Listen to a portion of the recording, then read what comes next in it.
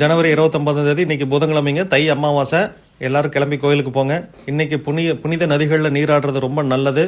அன்னதானம் பண்ணுறது, வஸ்திர தானம் பண்ணுறது, பிடிச்ச பொருளை யாருக்குமே நீங்கள் வாங்கி கொடுக்கறது தானத்தில் தான் சேரும்.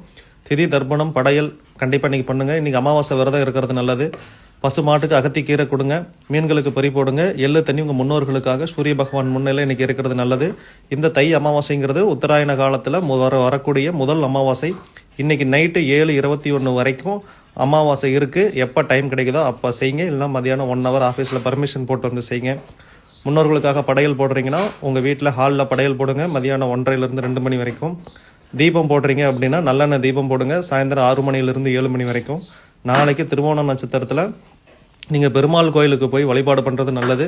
இன்றைக்கி நீங்கள் சிவாலயத்தில் போய் வழிபாடு பண்ணுறது ரொம்ப நல்லது. இந்த 4 காரியங்கள் மறக்காமல் செய்யுங்க.